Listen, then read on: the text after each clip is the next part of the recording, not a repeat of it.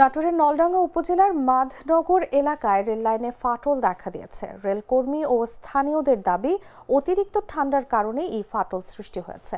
সোমবার সকালে মাধনগর রেল স্টেশনের দক্ষিণে 253 নম্বর পিলারের কাছে প্রথম ফাটলটি দেখতে পান স্থানীয়রা। এরপর দ্রুত খবর ছড়িয়ে পড়ে এলাকায়। স্থানীয় বাসিন্দা ও গ্রাম পুলিশ নাজমুল হোসেন জানান, স্টেশনের দক্ষিণে এনরার পার এলাকায় 1 নম্বর লাইনে প্রথমে সেই ফাটল দেখা যায়।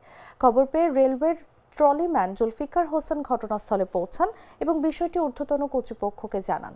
রেলওয়ের মেরামত কর্মীরা দ্রুত কাজ শুরু করে সকাল 11টার দিকে ফাটল মেরামতের কাজ সম্পন্ন করেন। এদিকে নলডাঙ্গা থানা পুলিশও ঘটনাস্থল পরিদর্শন করেছে।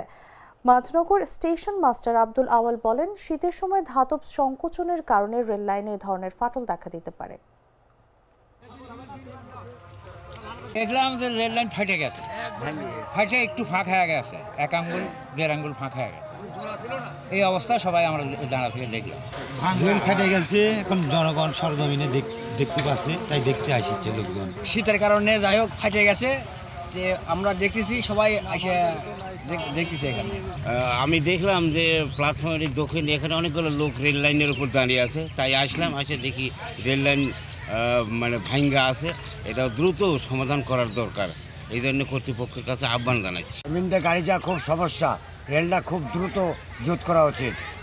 খুবই সমস্যা রেলের এখানে। এই যে সামনে ফাটা দেখা যাচ্ছে, এখানে যে শীতের টাইমে রেলটা ভাঙি আছে, গত বছর ভাঙিয়েছিল। আমরা দেখতে আসলাম, মেলা লোকজন আছে, পুলিশ প্রশাসন এসে দেখে গেল। এটা দ্রুত।